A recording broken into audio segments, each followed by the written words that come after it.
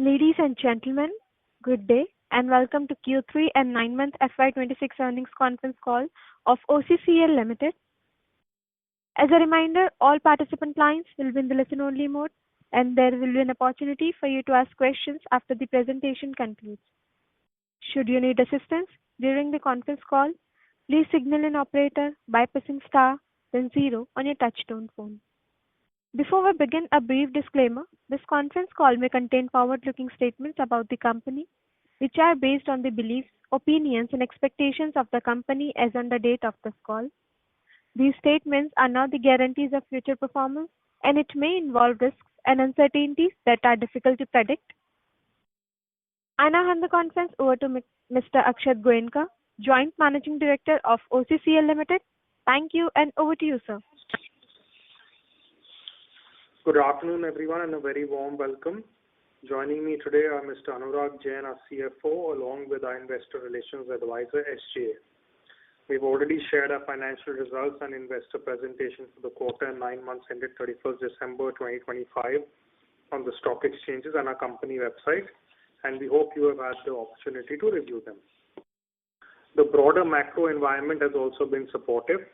Calendar year 2025 witnessed strong growth in automobile sales driven by multiple positive factors such as reduction of GST, income tax reductions, and a more accommodative monetary policy. India's economic performance has remained resilient despite global headwinds, and these developments have led to higher vehicle production and improved capacity utilization across the tire industry. A large share of our exports is directed towards Europe, where relations remain stable and constructive. Additionally, the reduction in U.S. tariffs from 50% to 18% is expected to aid contribution over time, which will help improve our margins.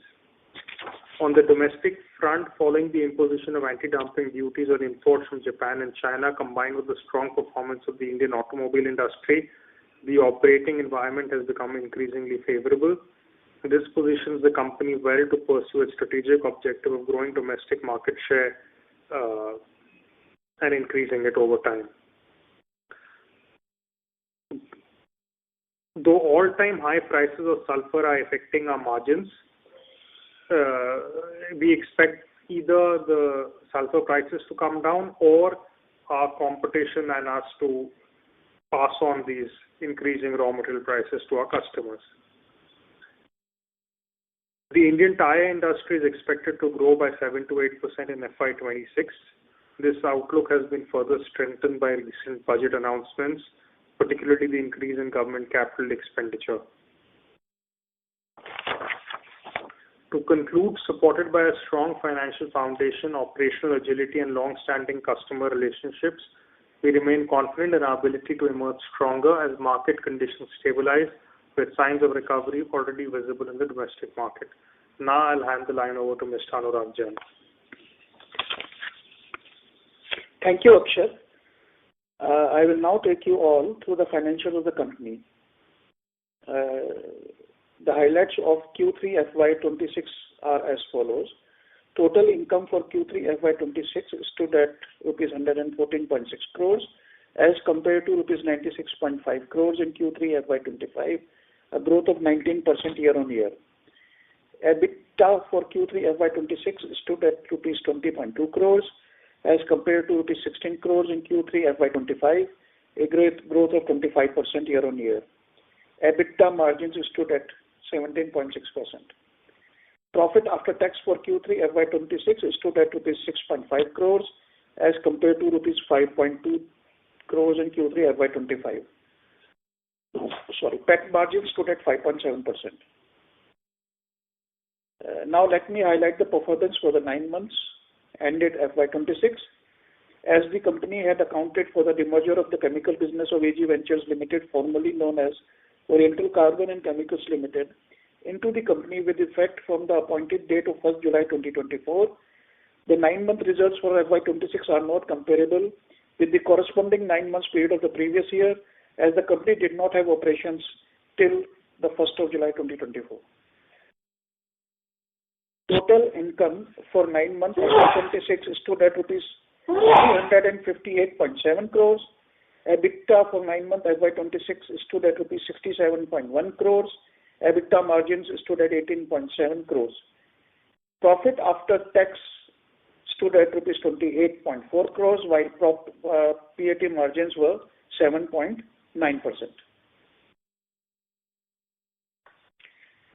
We can now go to question and answers.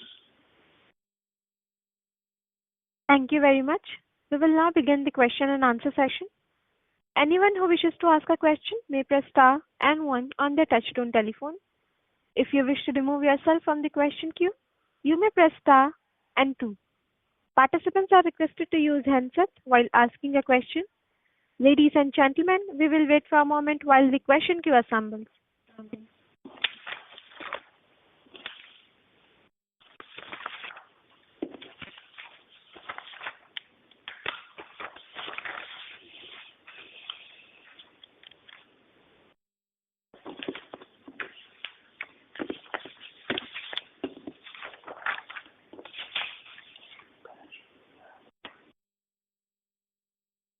The first question is from the line of Aditya Khetan from Smith's Institutional Equities. Please go ahead.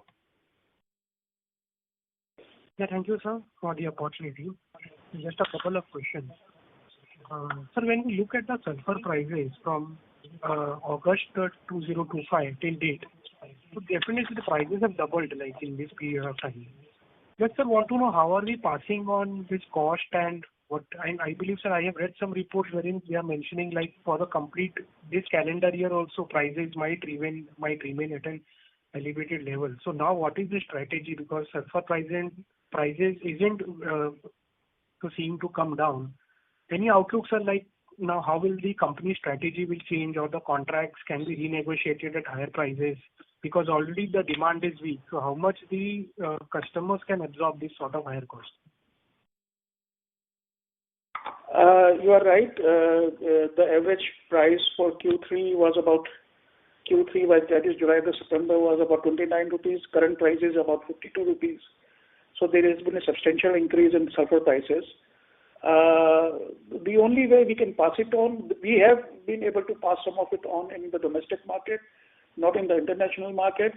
The only way we can pass it on is if the competition also increases the price. We think that looking at the sulfur price increase as temporary, the competition might have not increased the prices as yet, but now since it has been rather a long period of price increase, we feel that it will be difficult for even the competition to absorb the price, and they are bound to increase prices, which should help us. Secondly, obviously, wherever our pricing are formula based, there the pricing will follow the formula and we will get the increase or decrease as applicable.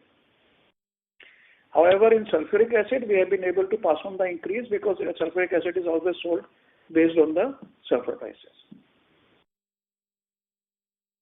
Got it, sir. So my second question is there any change in outlook in exports market? Because we were targeting earlier the North American market, and you had highlighted earlier that there has been some competition issues. It now like India stands at an advantage compared to global peers. So is there any sort of increase in volumes we can see in US market and the Europe market, like any sort of change in strategy or any sort of higher volumes like which can take our material utilization to higher levels, because our utilization still remains underutilized only. Any thoughts on that, sir? Yes, when the American tariff was increased, we had to give deep discounts to maintain our supply to America, which affected our margins. But since that tariffs have been rolled back significantly, so will our discounts be rolled back. Even though our tariffs are at advantage vis-a-vis China, but in America, most of the supply of insoluble sulfur is local from American plants. So it does not depend on tariffs. Our strategy vis-a-vis export market continues as before, but it was suspended because of the tariff. Now that the tariffs have been rolled back, we are looking at the export market with renewed vigor, but as always, it will take some time. So during the quarter, if you can give some quantitative idea, like how much volumes we could have lost and how much discounting we could have taken, potentially hitting EBITDA and top line. Any sort of a quantitative number. So see, when the tariffs have gone from 0 to 50%, so you can very well imagine to maintain the same price, we have had to give discounts in the American market in the range of 25%. Okay. Right? Okay. Yeah. Okay, got it. So during the quarter, other expenses also some materially they look lower when you compare on YY, but top line has definitely increased. It seems there is a one-off in that. And sir, second continuation question, sir, considering the today's financial position, seems like the complete anti-dumping duty benefit has been taken away. How are you seeing going ahead? What are the Sorry. Can you repeat the second part of the question? I didn't get the second part of the question.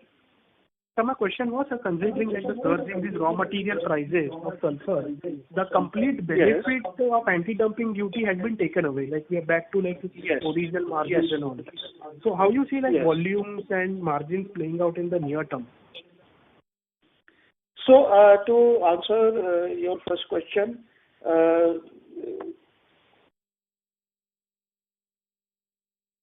to answer your first question, in September 30, there was a one-time expenditure on account of duty and also on account of duty pursuant to demerger, and also there is a sulfuric acid annual shutdown expenditure which is sitting. That is why it is seeming a bit higher last year. In the preceding quarter, but it is the same as the same quarter last year. And coming to your second question, yes, you are absolutely right. The fact that the Chinese did not increase the price, even though the raw material prices have increased, have taken away the whole benefit of the anti-dumping duty. As far as the quantities are concerned, the way we look at it, the domestic market is sans the margin. That means that whatever the margins, our strategy of getting the domestic market share remains the same. So we are aggressively looking at increasing our share in the domestic market, and that strategy is going to get more focused in the coming year. So the pressure on I hope prices that answers your question. So the pressure on prices that will remain and competition will continue to remain intense, you mean to say? The pressure on pricing is there. I mean, pressure on margin, let me put it this way. Because even though we got an anti-dumping and we were able to increase our prices, our margins did not increase. In fact, it came down a little bit because of the sulfur prices. Now, we are hoping that since high sulfur prices have sustained for more than 6 months, there is going to be an impact on the profitability of the competitors, and they are also going to increase the prices, or else the sulfur prices will itself come down. Got it, sir. Thank you. That's it.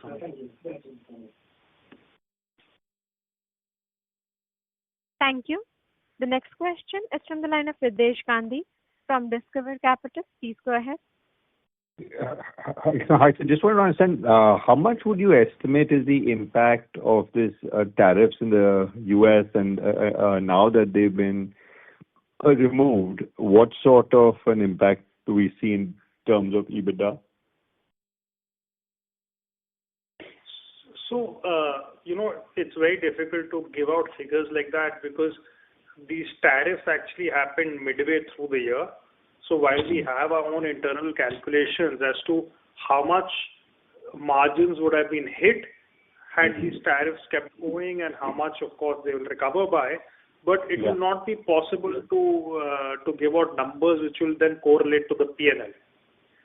So, because is it safe to assume that even at the existing prices of sulfur and the existing prices of our product, that we should see a reasonable amount of enhancement happening in Q4, given the tariffs have now gone away, at least a couple of hundred basis points in terms of EBITDA margin? So I'll allow Anurag to answer this, but I would like to make one clarification for everybody on this call. The tariffs have not gone away as yet. Okay. and we don't know which day the tariffs are going to go away. At least I'm not aware of it's not been notified. It's not been notified, we make it effective, but not been it's not been notified, so we don't know which day it will be notified. It could So happen right in March. now, so effectively, right now, anything you export is subject to the tariffs. Is it still? Yes, it's still subject. Okay. So I'm saying, assuming it goes away. Let's assume it goes away. No. 1 second, Anurag. Abhi jo nikal raha hai, my understanding is it's still subject to 50% tariff. वो adjust करेंगे उसको tariff को जो निकल रहा है जो आज तक एक्सपोर्ट हो गया वो सब्जेक्ट टू 50% है. नहीं, अभी भी अगर आज भी कुछ एक्सपोर्ट जाएगा 50% लगेगा उस पे. Okay. I think this is a gray area. No. So I'm saying let's leave aside whether it's applicable for now or after the notification, which hopefully should come. But what is this sort of? Do we expect a reasonable uptake, or is it like a marginal uptake that we expect? No. So as far as the sales in America is concerned, I have already said that we have had to give 25% up in the range of 25% discounts. And right now, how much is the approximate revenue from America? So that is something we cannot disclose. But yes, I'm saying roughly in terms of, are we talking about 15-20% of revenues? Are we talking about 30% of revenues? Or is it inconsequential? How do we get some sense? So, look, the revenue, the problem is that the revenue that we have is an amalgam of sulfuric acid as well as of insoluble sulfur. And the percentage keeps on changing depending on the price of sulfuric acid. So for me to say that this is so much percentage of the revenue is not something which will be correct. Because that percentage can keep on changing even if the tonnage of insoluble sulfur remains depending on the sulfuric acid price. But what we can say is that our estimated calculations on the bottom line are not insignificant. That's okay, fine. I mean, if this tariff continues long term, then it would have had a decent impact on the bottom line. Yes. But right now, you're saying if stuff normalizes, there should be a reasonable impact on the bottom line once the tariffs go away. Yeah, but you have to see that had it not gone away, there would have been, because the tariffs remained in place from August till Feb, right? If that No. Chief, I'm saying whether it goes away in Jan end or end Feb or end March, whenever, let's say, to finish. What I'm saying. What I'm saying is in the current year, the impact of tariff is only from August and not for the first four months. Again, sir, I'm not talking about the entire year at all. I am talking about we've seen what the numbers are in Q3, right? Assuming in Q3 there was no tariffs, we would be at a reasonably higher EBITDA number. Yes, that is right. Okay. So the other question is it part of the reason why we are unable to pass on the higher RM prices because there's also a little bit of a supply glut where supply is higher than the demand? Yes, that is true. So how long before that it normalizes? And then I'm saying that if there's always a bit of a supply glut and people have already put up incremental capacity, and so you would then want to sort of run utilization as high as you can, even if you have to take a hit in terms of margins, right? Given you already have that capacity. So could this lead to a multi-year sort of compression and lower, margins? See, the current capacity utilization levels around the world are between 70 to 75% as per our reckoning. Okay. And if we are looking at, say, 2.5 to around 2 to 3% growth globally in the demand of insoluble sulfur, and if we think that 85% capacity utilization is a healthy capacity utilization, so we can do the math as to see how maybe 4-5 years of this. Got it. So until then, we sort of continue to... Though the Indian market is growing at a much faster pace, so that is a different story. Yeah, please continue.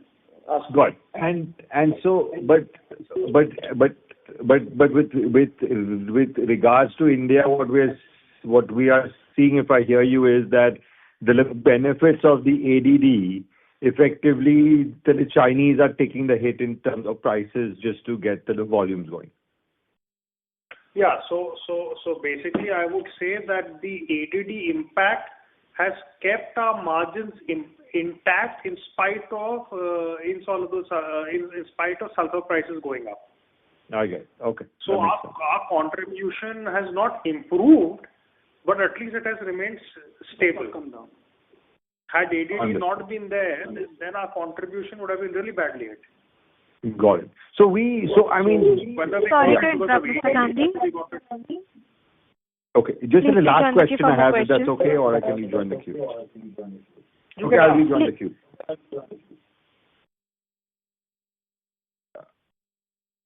Can I ask, or should I just rejoin the queue either way? Just let me know.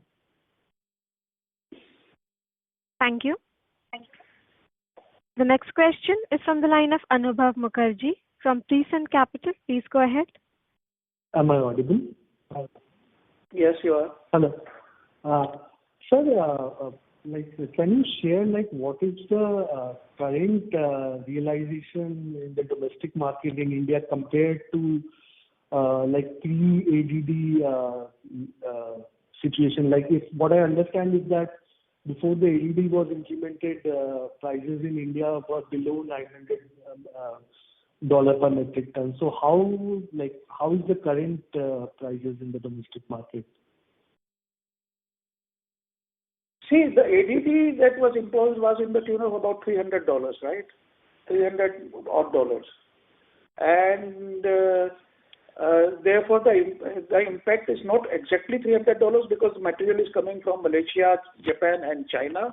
But at an average, we were, able to get increase in selling price in terms of rupees, say around $200 plus minus dollars from that time.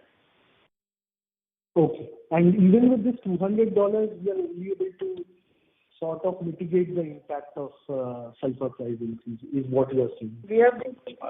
Till now, we have been able to mitigate, but if it remains this, obviously my contribution is going to be a little bit lower. But yes, as Akshat has pointed out, that till now we have been able to mitigate the price because that is the increase. The impact of increase is about 22 rupees till now.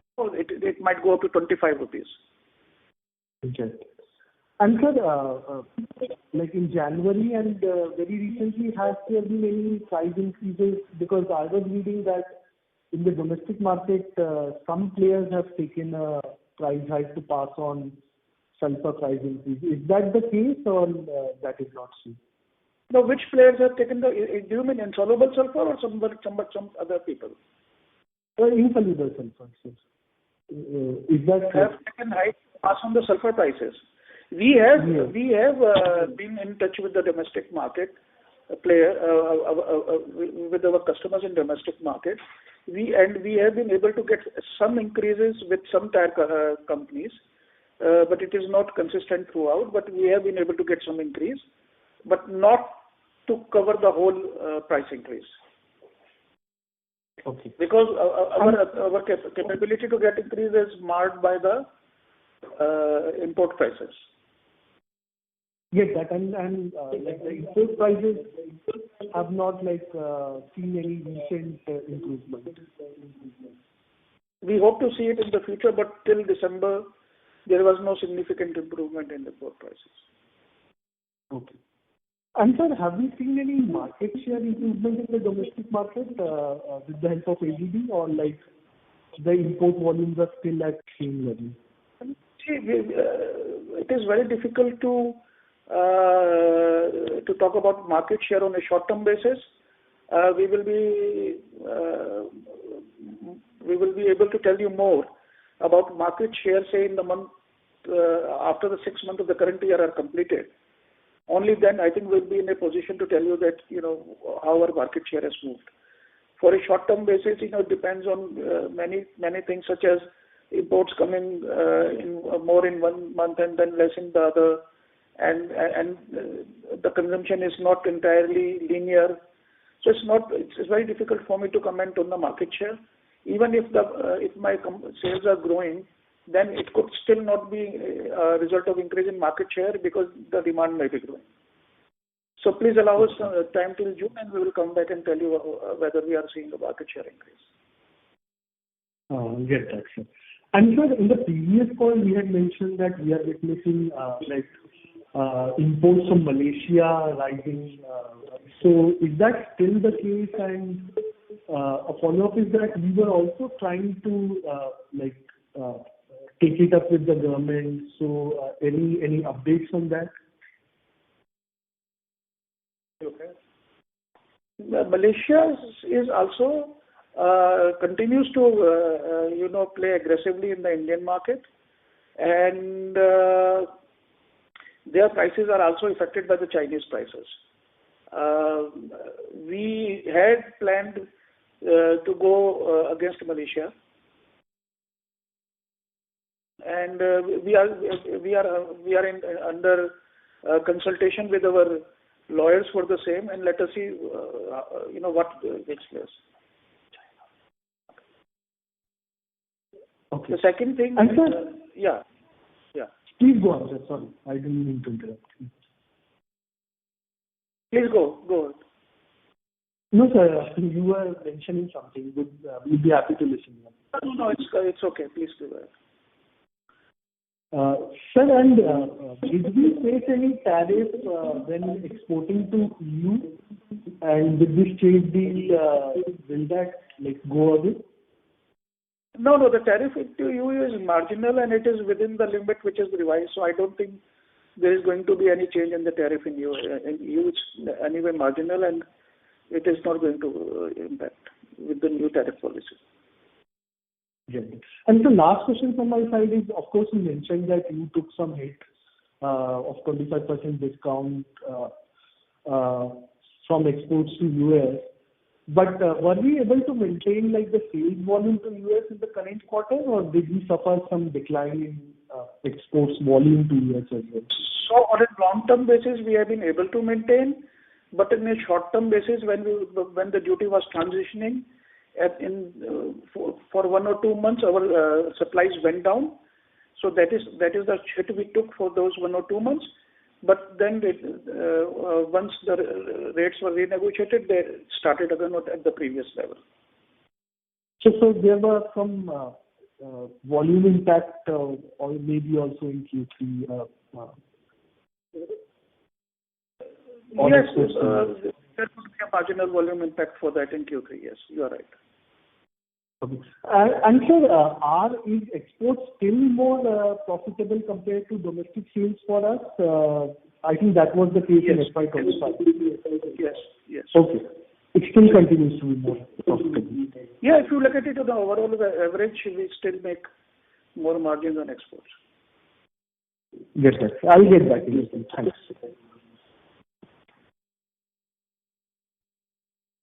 Thank you. The next question is from the line of Madhur Rathi from Counter Cyclical Investments. Please go ahead. So, Anurag, can you quantify that out of the 20 crore EBITDA in this quarter, how much was the contribution from sulfuric acid? It is significant. Sulfuric acid has done well, so the contribution is significant. I will not be able to give you the exact number, but it is better than what it has been previously.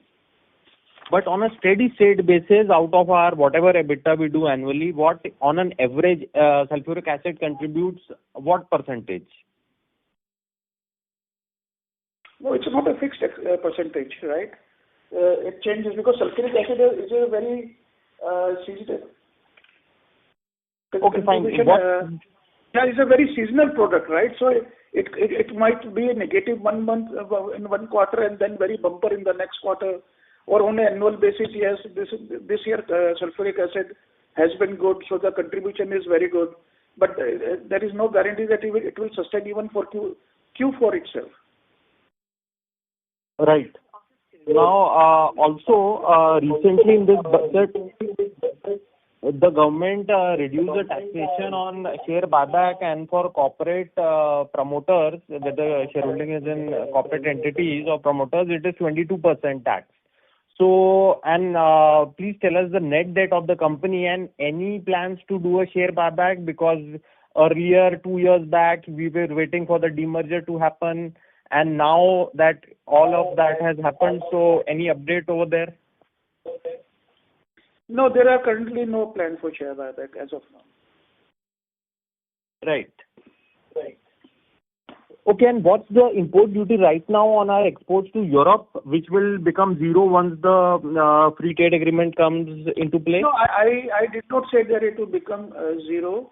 I said it is very marginal because it depends on the HSN codes and everything, but it is marginal. If I remember correctly, it's around 2.5% or less, like that. Okay, the import duty on Europe on our products. Yes. Okay. Sir, just one question, sir. Would our EBITDA would be higher by 7 to 8 crores had we gotten the $200 realization benefit for this quarter from the anti-dumping duty for the domestic market? Sorry, I did not get your question. Sir, I'm trying to repeat it. The voice is not clear. Sir, I'm trying to understand that we would have gotten the $200 realization benefit from the anti-dumping duty, which was offset by increase in the sulfur prices. So just doing a back dollars, I said in that range. Yeah, so it's that's right. In rupee terms, right? Please, yeah. 200 rupees or $200 per metric ton? No, we sell in rupees in domestic market, right? Right. So what I'm saying is, we have not been able to get the full 306 equivalent, somewhere between, in that area that is there. Yeah. Right. So if I look it on a per metric ton basis, the $200 realization that would have ideally been majority of that would have been flowed to our bottom line. So that 7 to 8 crore, our EBITDA would be higher. That's what I'm trying to understand. Just doing a back of the envelope calculation.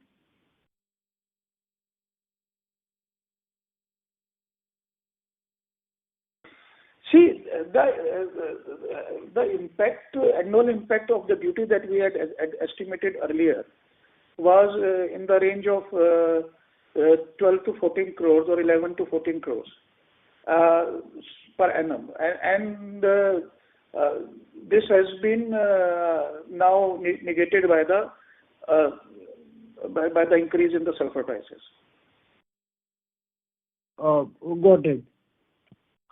Sir, so wanted to understand that what's the current price of insoluble sulfur? You had mentioned that it had fallen from $2,000 ton to $850 ton. So has it reduced further, or is it stable, or has it gone up? It has not reduced further. It has not reduced further.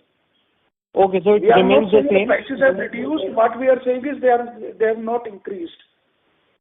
Okay, so it's stable at $850 ton, despite the.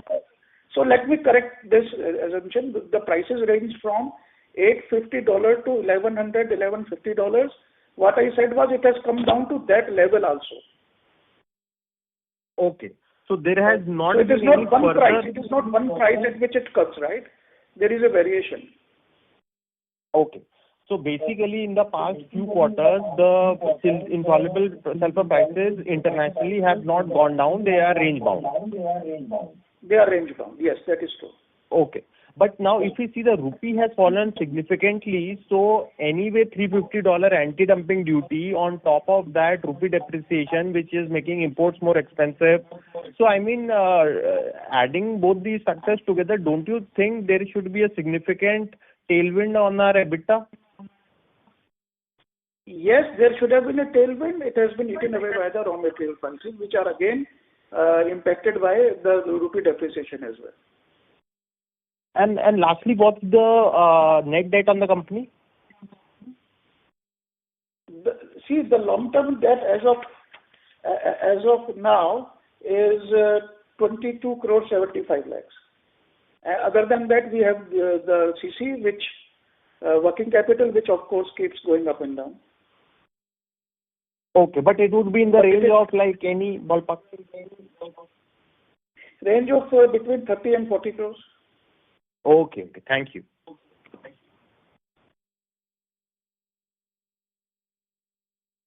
Thank you. Ladies and gentlemen, in order to ensure that the management will be able to address questions from all the participants in the conference, kindly limit your questions to 2 per participant. Should you have a follow-up question, please rejoin the queue. The next question is from the line of Piyush Bangal from Vijit Global Services Private Limited. Please go ahead. Hello, sir. I have 2 questions. The first one is, what is the production volumes in the Q3 FY26, and how do we expect this for the next quarter? See, the volumes have been stable. We have either increased the volume, and the next quarter also we are not looking at any significant increase in volumes. And the capacity utilization for the current quarter, if you could mention? Just give me one moment.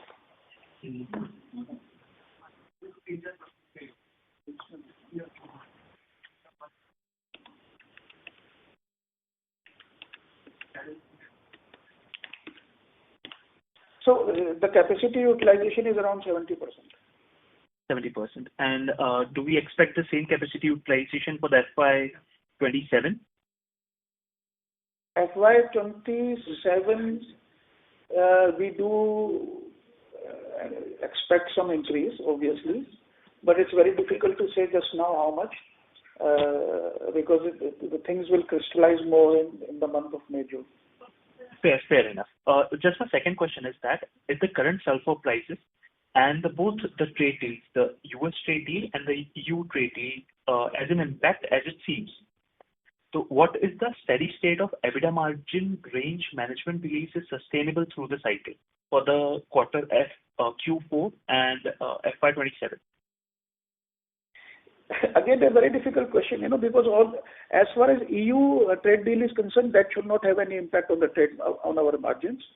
That is margin neutral, because there is not much impact either on the access to the market or on the tariffs. So that is neutral for us. As far as the trade deal with US is concerned, as we have pointed out, that we will reduce the discounts significantly from the level that which we had to give them. As far as sulfur is concerned, we don't know where it will come down and when it will come down. So for me to say how much it will impact the EBITDA margins as of now will be a pure speculation and nothing more. Okay, fair enough. Given the global oversupply. Sorry? Given the global oversupply and the weak pricing internationally, are we prioritizing on volume retention or margin protection in the exports market? Obviously, our first priority will be to capture market share. Fair enough. Thank you very much for the question. Thank you. The next question is from the line of Anupam Jain from Indra Securities. Please go ahead.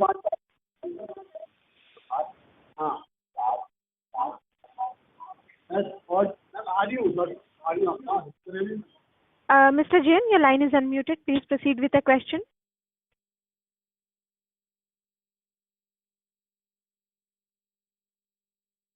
Can we go on to the next one, please? Anupam Jain. Since there is no response from the participant, we'll take this as the last question for today in the interest of time. I now hand the conference over to the management for closing comments. I'd like to thank everyone for being part of this call. We hope we've answered your questions. If you need more information, please feel free to contact us or Mr. Deven Dhruva from SGA, our investor relation advisors. Thank you. Thank you very much. On behalf of OCCL Limited, that concludes this conference. Thank you all for joining us today, and you may now disconnect your line.